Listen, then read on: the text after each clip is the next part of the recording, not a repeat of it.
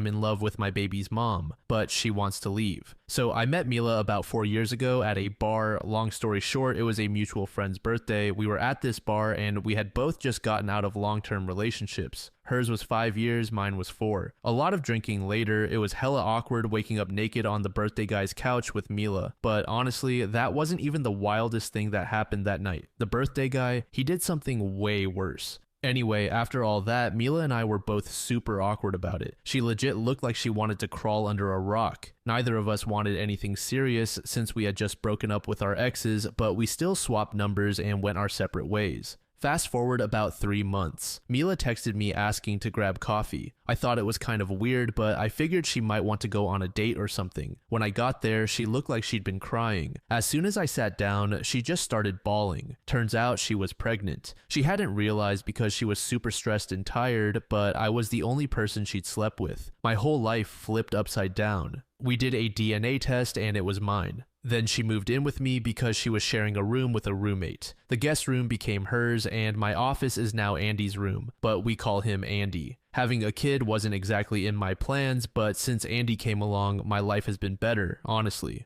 Over the years, Mila and I never really had a romantic relationship, except for this one time she kissed me after Andy was born. We get along, I support them, I'm paying for Mila's grad school, we split the chores, and I'm always there for whatever she needs. So in November, Andy's going to turn 3. We've been planning his birthday, it's around Halloween, so he and his friends are all going to dress up. He wants to go as Bingo from Bluey. During one of our talks, Mila asked if I wanted her to move out. She said now that Andy's 3, we could co-parent separately, and I could even get a girlfriend if I wanted to. I just went blank and said no and went to my room. Here's the thing, having Andy is everything to me, but I'm also genuinely in love with her. She's smart, beautiful, caring, thoughtful, kind, dedicated. She's literally the most perfect person ever, but I'm way too scared to tell her. We have a kid together and I'm terrified of ruining everything between us as parents and friends. I don't know if I should tell her how I feel or just keep pretending everything's fine so I don't mess up what we have.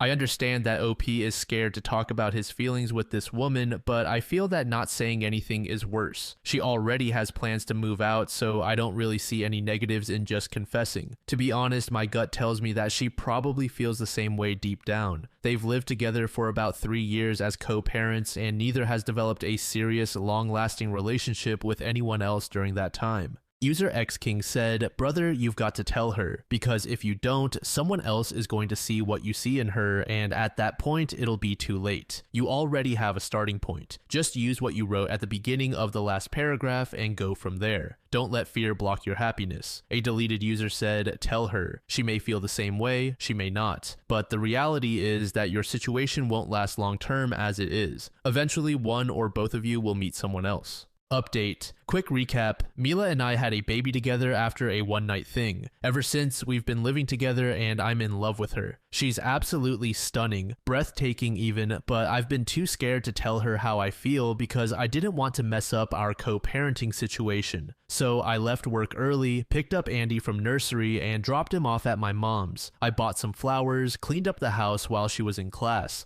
and texted her saying she didn't need to pick up Andy and to just come home because we needed to talk. When she got home, she looked at me with her big eyes wide open, and the first thing she asked about was our kid. I hugged her for a while, but she went into full mommy bear mode and kept asking about our baby boy. After I reassured her that he was with my mom and totally fine, she finally calmed down. I brought her to the living room, gave her the bouquet, and started talking. It was a long conversation. I told her how I've been scared of ruining things and how it hurt when she asked if I wanted her to leave. She admitted she was afraid she was messing up my life, that she feels like a burden sometimes, and even blames herself for ruining my life with the pregnancy. I shut that down quickly. I never wanted kids, but honestly, since Andy and Mila came into my life, everything's been way better. It's been the best, most challenging mistake I've ever made. She also said she likes me too and has felt that way since she was pregnant, but wasn't sure if it was just the hormones. After the baby, she felt embarrassed to say anything because she didn't feel comfortable in her body anymore. She never got back to her pre-pregnancy body and thought I wouldn't find her attractive. But to me, she's the most beautiful and hot woman on the planet.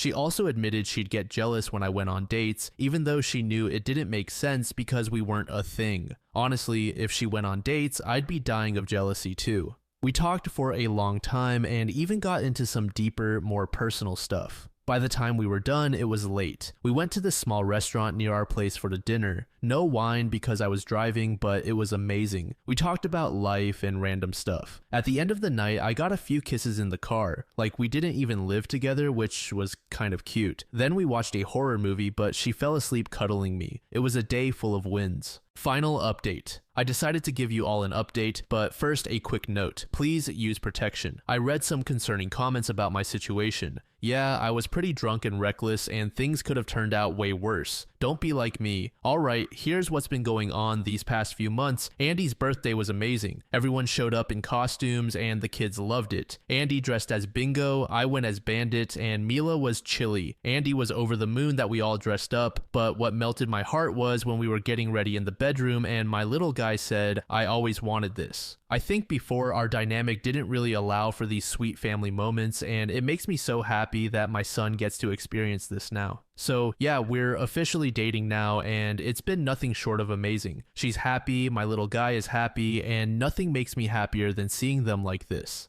Has it been perfect? Nah, it's the start of a relationship with a lot of baggage. We're doing couples therapy because we've been living together and acting as a family for way longer than we've been an actual couple. The first month was kind of rough. I felt awkward about being intimate at home, and so did she, mostly because of the family dynamic we had before. But I think we're building something really good. I don't have much else to update for now, but I'll definitely share if anything new happens. I told her about this account, so to the hottest woman alive, you've got my heart. This next post was made in the relationship advice subreddit by a user named Lady Sora. The post is titled, "My fiance bought a car without talking to me first. I asked for space to think. What do I say when we talk again? My fiance was in a car accident recently. He's fine, but his car is totaled. The mechanic said there's no way to fix it. My fiance needs a car for work, so he's been looking into car loans. Over dinner, he told me that due to his bad credit, he can't get a good loan. I have a high credit score, so he asked if I'd be willing to co-sign the loan with him. It caught me off guard, so I told him to give me a few days to think about it. I called my dad for advice. He said that he thinks it's a bad idea since if my fiance doesn't pay on time, they'll come after me and it will ruin my credit. I'm on the fence. I want to help, but I can't ignore my father's logic. Should I co-sign the loan or listen to my dad? Update. I didn't know how to update, but something serious happened. The morning after I made my original post, my fiance went out and bought a new car. I was at the mall around noon when he messaged me saying he went ahead and got a car. I was stunned. We started talking and he said he felt bad putting me in that position, so he decided to get whatever loan he could and bought a car with it. I can 100% say I have never been so angry with him. I'm happy I don't have to worry about co-signing anymore, but I feel betrayed. We agreed to wait 3 days before making a decision, but he just went ahead and did this without saying anything to me. That's always been my biggest complaint about him, his impulsiveness. He just jumps right into anything without thinking. Another thing I'm angry about is the actual car. Instead of going to a small shop and getting a cheap used car, he went to a big dealership. He didn't get a brand new car, but it's way fancier than what he needs. The loan is also about $23K. I told him not to talk to me and to give me a few days to think. I'm just so frustrated. Why couldn't he just tell me that he decided he didn't want me to co-sign a loan with him anymore? Why didn't he involve me in choosing a car? We are getting married, so I'd like to be part of these decisions. User Mountain Goldfinch said, "The biggest financial decision you will ever make is who you marry. Do with that information what you will." User Coming in the Nile said, "Don't make major purchases without consulting your significant other. It's poison for your relationship." Also, a pro tip for car shopping: buy a model the second year it comes out. For example, buy a 2024 model car in 2025. In year 1, there are lots of production issues and errors. By year 2, those issues get smoothed out, and production ramps up with high-quality parts. Starting in year 3, the company will begin cutting costs and ordering parts from cheaper producers, which leads to tolerating more errors. User Fire Size has said, "I know Reddit has a bad reputation for telling people to get out of their relationships at the drop of a hat, but seriously, she needs to leave this relationship." This final post was made by a throwaway account and is titled, "My brother has become obsessed with my fiance of 2 years. I caught him stealing dirty pictures of her off of my phone. got worse and worse. This whole thing is really messing with my head. I met my Rachel the first week of college. We were each other's first everything, pretty much. I actually converted to Judaism because of her. I'm not really that religious, but I liked the way her family felt, and I felt like it gave me a good way of looking at and living life. We're not too serious about it. Anyway, she's heart-achingly beautiful. She gets hit on every time we go out. It used to be a problem. I would get jealous sometimes, but I mainly got over it, and now it kind of makes me feel good in an ego-boosting way. It feels nice knowing that people find her attractive and that she finds me attractive. I haven't felt threatened by a guy in a while. We go to college in my hometown. My brother Jim recently graduated and asked to come live with me and my girlfriend. I asked if my girlfriend was okay with it. She said yes, so we let him come. My brother is different from me. He didn't play any sports. My older brother and I were on the college basketball team until he graduated last year. Jim is also shorter and a little heavier. Honestly, my older brother and I think he's a product of an affair because he's also a lot darker skinned than us. He's also a little antisocial, listens to a lot of metal and screamo, and doesn't seem to have many friends. Everything was fine until he walked in on us. My fiance and I have a lot of sex. Before he moved in, it was a couple of times a day. Whenever he leaves to do something, we usually take that as a chance to be intimate. We did something stupid and were in the living room when he got back. I had forgotten that I had given him his own key. Anyway, he walked in and stared at us with the widest eyes I've ever seen. My girlfriend noticed him first and freaked out. We quickly got dressed and apologized to him. He said it was fine. Thinking back now, it wouldn't be surprising if he heard us a few times at night or the music we played while we were together. Anyway, things were fine until about a week later when Jim asked me about sexting girls and if I had any advice for him. He told me a girl was offering to send pictures. I told him just to never ask for them or pressure the girl into doing it. Never say anything too crass when complimenting her and never share them. He asked if I've ever sexted, and I told him a couple of times. Now I realize this was just him manipulating me into answering questions for him. 2 days later, he asked to borrow condoms. I told him I didn't have any, and he said, "That's right, you weren't wearing one with Rachel." This freaked me out, so I asked him if he was looking at my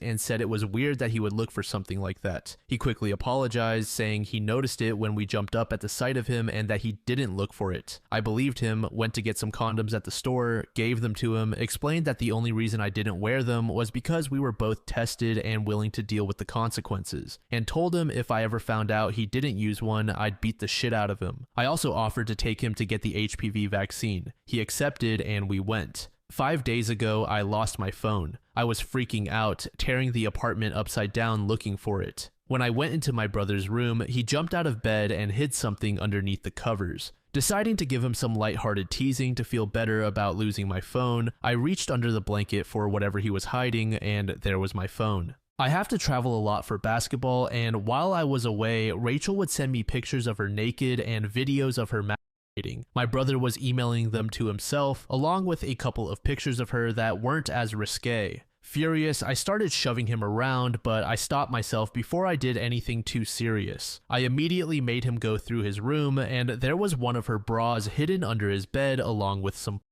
I then told him to open his laptop and wait in the living room while I looked at it. I wanted to make sure I deleted any and all pictures of Rachel. There weren't any that I could find, so I got on his email and deleted the stuff he had sent to himself. Then, just to be safe, I checked his internet history. This is what really shocked me. He had gone on some dating/hookup forum and asked for advice on getting with his brother's fiance. A few days later, he claimed that he had gotten with her and was updating regularly, like some kind of a pseudo blog.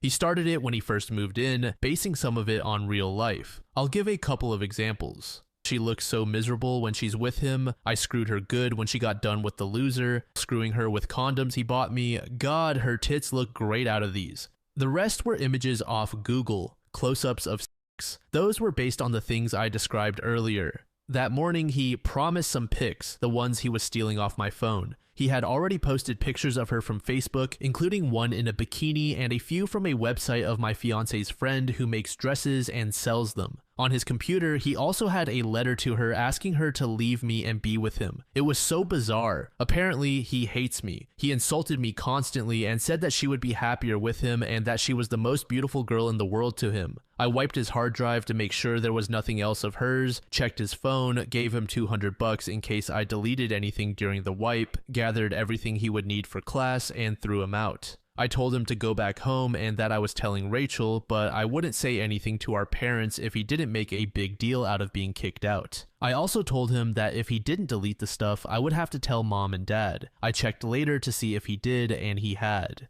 Telling Rachel was difficult. She cried a lot and told me she felt disgusted. We had an honest talk and decided that the only way we would be comfortable with him back in our lives is if he committed to therapy for a while. I sent him a text telling him as much. Rachel blocked him on her phone, social media, etc., and made her Facebook account private. She seemed really uncomfortable for a couple of days. The first day was the worst. She was too freaked out to be alone. I didn't realize this at first and didn't think much of it when she said she wanted to watch me shoot hoops. We did that, and when I drove her home so I could stop by the school to pick up some documents, she asked to come with me. After that, I planned to play some ball with some guys, and again, she asked to come along. That's when I realized what was going on. I asked her why she didn't want to go home. Apparently, she thought I hadn't taken his key and didn't feel safe. I felt sick to my stomach that my kid brother could make her scared in her own home. She talked to her therapist about it during her weekly appointment the next day. She's getting back to normal now, being her sweet, fun self. We had a pretty good little date night yesterday.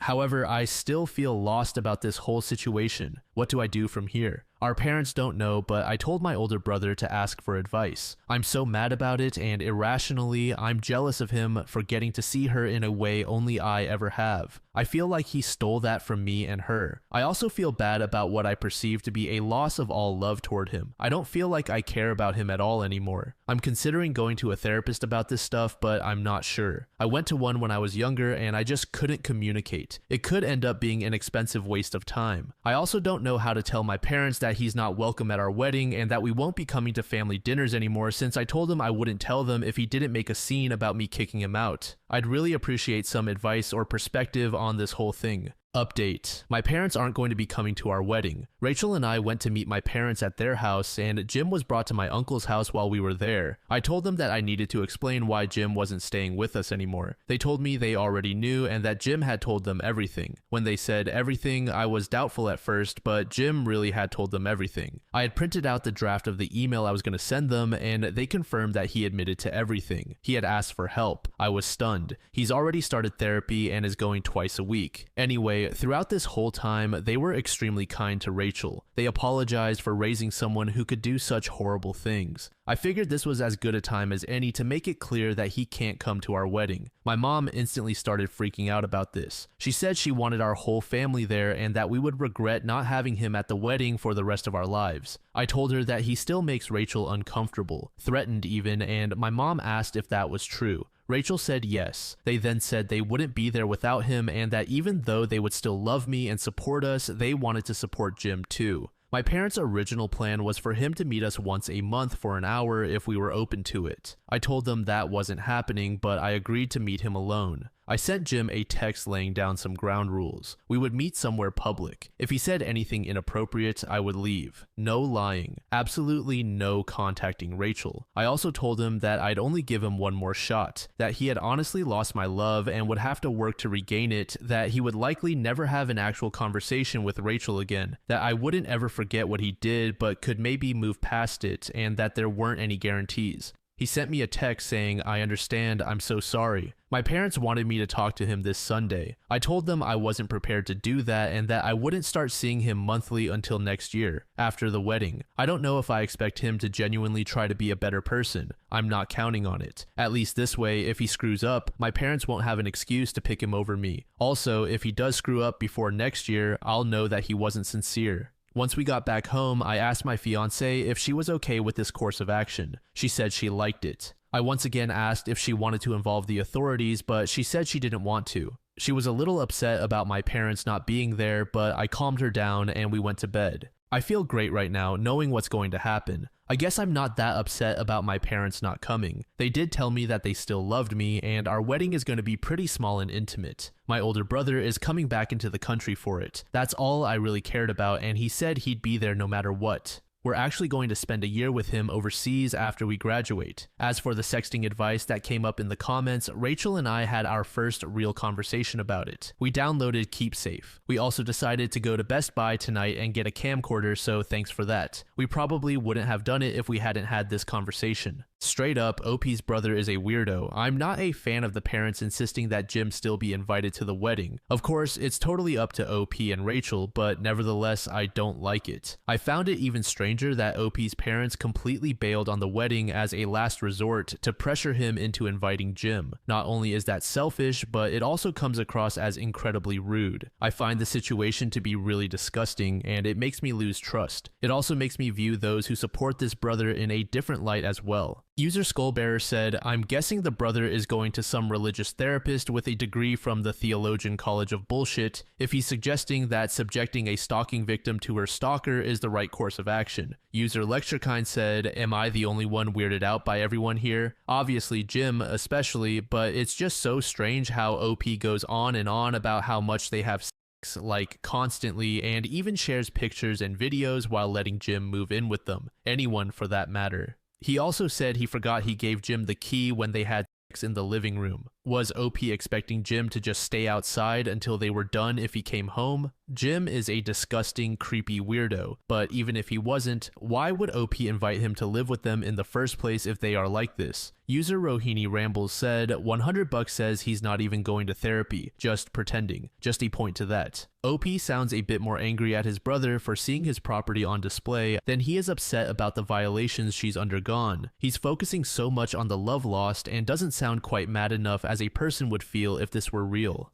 AITA for taking my daughter's phone for exposing my dirty laundry to her friends. I'm a newly divorced single mom who was left by my ex after 27 years of marriage when his mistress became pregnant. I have a 17-year-old daughter and a 26-year-old daughter. My 26-year-old lives abroad. My ex-husband was physically and verbally abusive throughout our entire marriage. The physical abuse began in earnest in our mid-20s and reached its peak in our early 30s. I only have a high school diploma. I originally wanted to go to college after marriage, but my ex's abuse left me paralyzed, preventing me from doing anything he labeled as opposing or undermining him and our family. I tried to leave many times from around age 26 to 33 when the physical abuse was worst, but he would always find me. He'd alternate between gifts, apologies, and threats. He also involved our bishop, who sided with him. He would go through our trash and once found a pamphlet for a community college program. The ensuing rage nearly landed me in the hospital. He would call 5 times a day when he was at work and often hit me if I missed a call, accusing me of cheating or job hunting.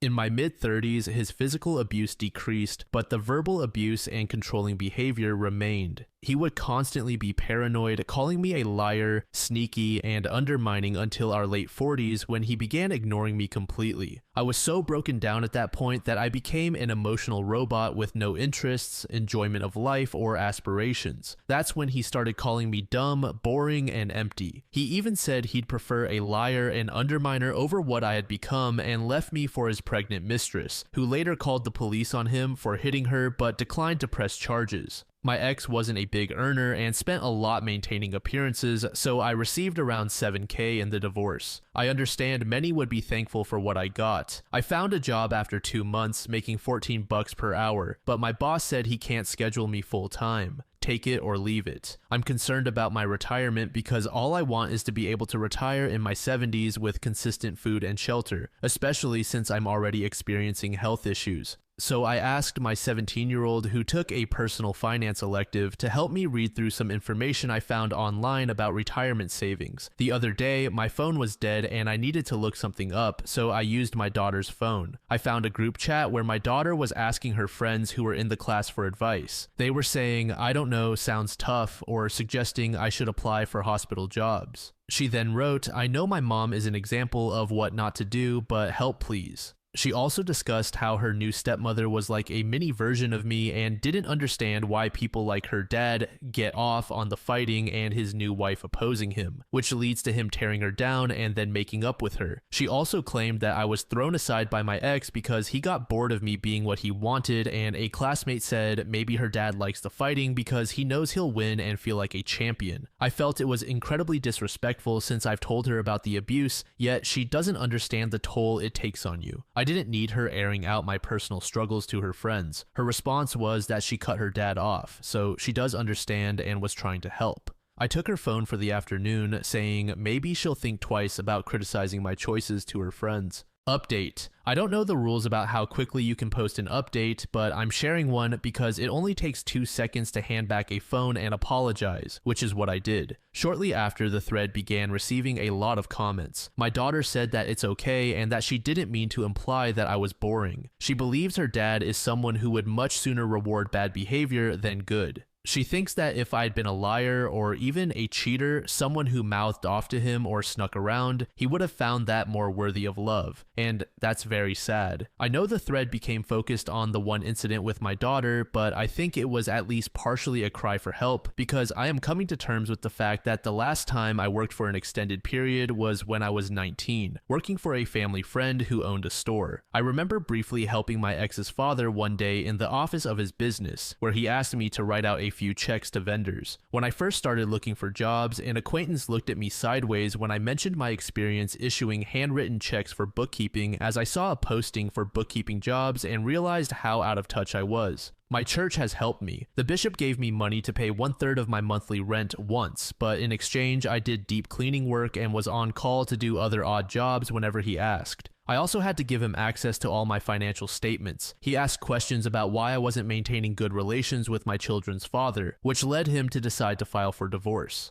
I am very grateful for the help he provided and will treasure it always, but I want to do this on my own. So I'm posting this update not just to share my situation, but also to ask if anyone has any suggestions. My daughter is very worried because I've recently had health issues. I was treated for 2 STDs, one bacterial and another that will affect me for the rest of my life. I also have issues with swelling from arthritis. I posted originally because I hope to be able to retire somewhere in my 70s. I understand that retiring comfortably may be asking too much, but I just want enough to live alone and not starve. I've received advice about my ex's social security benefits, and I'm hoping that will be sufficient. If anyone has additional tips, I would greatly appreciate them. I just want to live with dignity in my old age because I know health issues will only continue to worsen at my age. While I can manage the job I'm doing now despite arthritis, I'm uncertain about what will happen when I'm 70. I've talked with other women facing divorce about this, but they refuse to address the topic, saying I shouldn't act like this is something that should induce paralyzing fear. I try not to be scared, but I feel lost.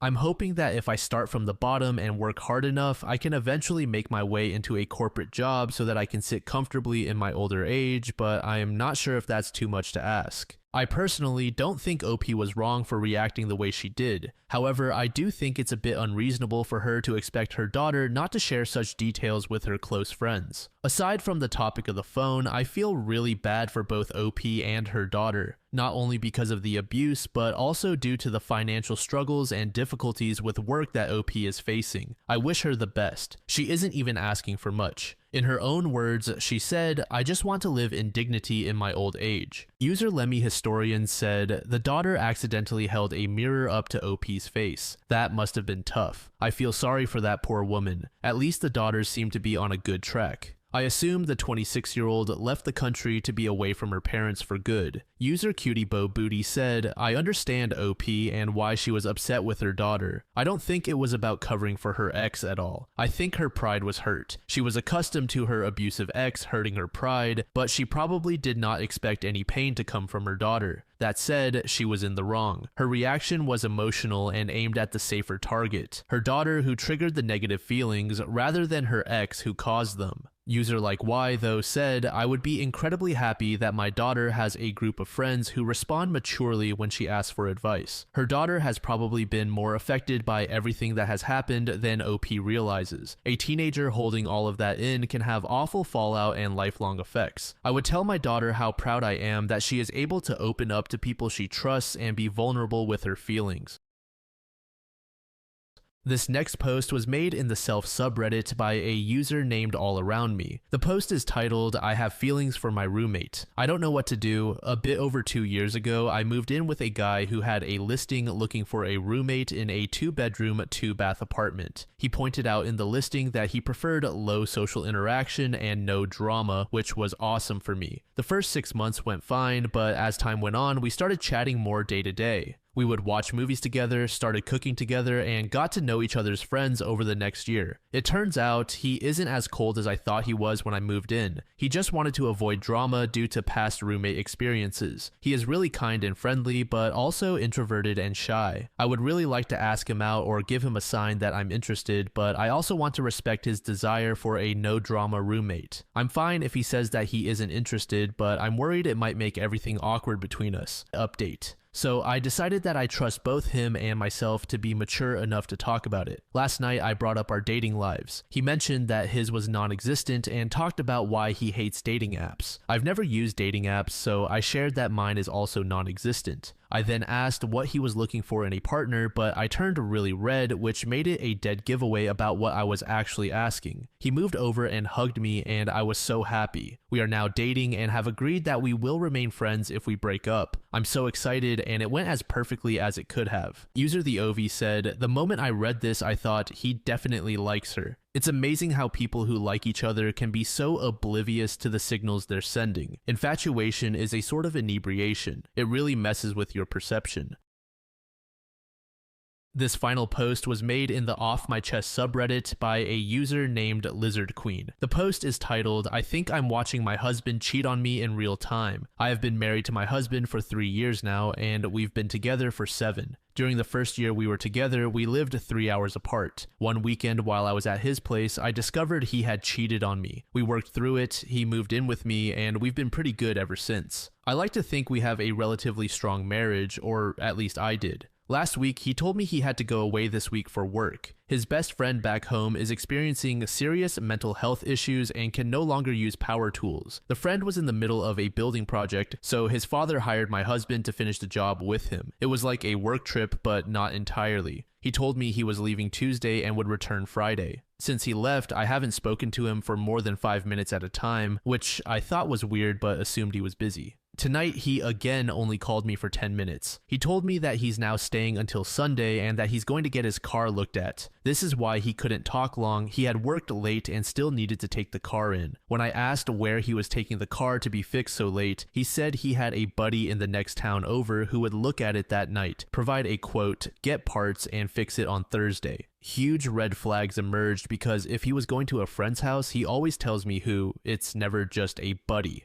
As his wife, I know he only has 2 friends still living in that town, and neither of them knows anything about cars. We have a tracking app that we use for our and our children's phones, so I decided to check it. He arrived at midnight, it's now 3 a.m., and he's still there, and it's not at either of the said friends' houses. I just know. My gut is screaming that this is exactly what I think it is, and I'm sick to my stomach. My best friend is asleep, and she's all I have. I just had to get this off my chest before I explode. Update. He stayed until 6:30 this morning and called me at 7:30 while still on the road, pretending to have just woken up. He said that his car couldn't be fixed because the parts are seized, but he still never mentioned which friend he was with. He pretty much just proved it to me there. I appreciate all your kind words and advice. I'm feeling broken, so please forgive me if I don't respond to replies. Just know that I appreciate them. Update 2. Now that I've had most of a day to really think about everything and had a good talk with my best friend, this is where we're at. When he called me this morning, I was making coffee. I told him I was making coffee and he said, "Ooh, coffee, I should go get some of that. I just woke up and I haven't had a chance yet." Except when he left this morning, he went to the closest coffee shop before he left town. So again, another lie to answer the recurring question of why are you tracking him if you trust him? The answer is that I'm not.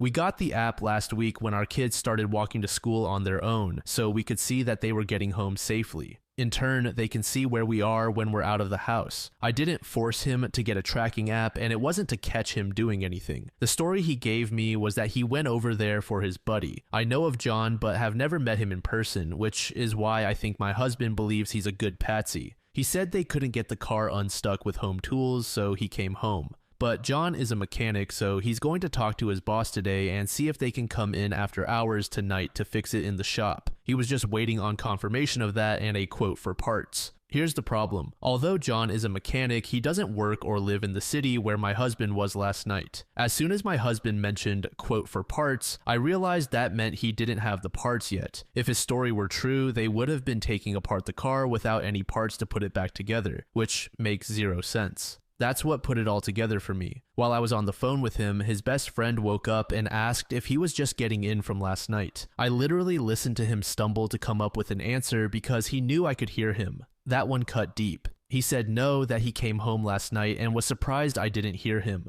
He lied to his best friend too, which is super suspicious. Based on the comments I've read and conversations with friends, I've decided to keep it low-key for now. I'm not going to confront him because I don't see the point. He'll either deny it, flip it around on me, or admit it and beg for forgiveness. And honestly, I don't want to deal with any of that right now. What I need to do is get my ducks in a row so I can leave. That's the plan going forward. I feel humiliated, I feel stupid as hell, but above all else, I'm pissed. Pissed at him and pissed at myself, just pissed off. To everyone who asked why I didn't leave the first time, I'm not even mad about it. It's a valid question. The answer is that he put in the work to prove it was a mistake. I had never been cheated on before and I was naive. We went through therapy and did a lot of work. He put in all the effort I ever asked for to prove that this is what he really wanted. He really fooled me. So yeah, you're right, I should have had more self-respect then. I should have known better, and now I'll be the first to admit that I'm an idiot. I'll make sure to use this as a life lesson moving forward. Update 3. Hey y'all, a lot of people have been asking for an update, so here we go. So he finally came home Saturday night. I had spent the entire week gathering the information I need for divorce, but what I really needed for myself was proof. Proof that this was anything other than what I thought it was. Proof that I was crazy for ever thinking he would do this to me. Instead, I found her. He claims he went over to her house but never actually slept with her. He entertained her but never slept with her, spent the night but didn't sleep with her, and I just couldn't believe that.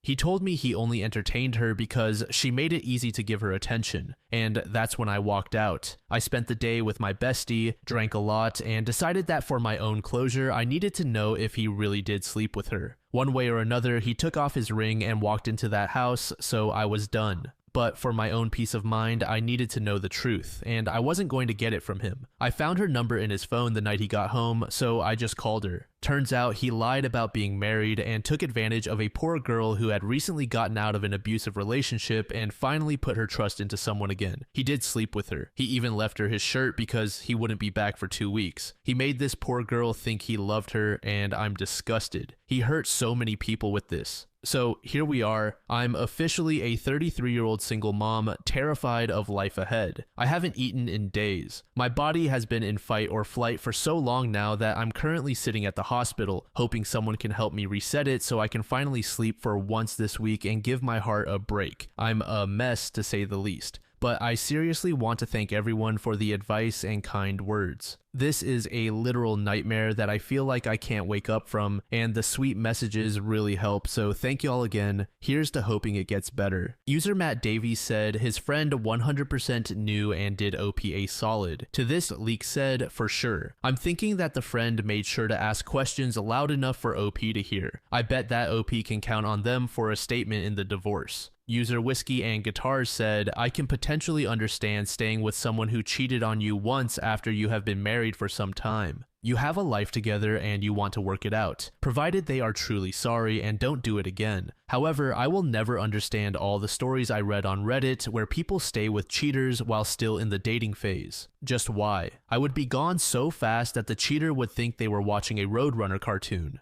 Gone. User Twisted Beats said, pretty slick of him to come up with the idea that the car needed work. That way, when he came back from his job with no money, he could explain that he spent what he made on the car. It's crazy how he thought he had it all worked out, but didn't think to turn off the tracking on his phone. The dude's an idiot and a jerk.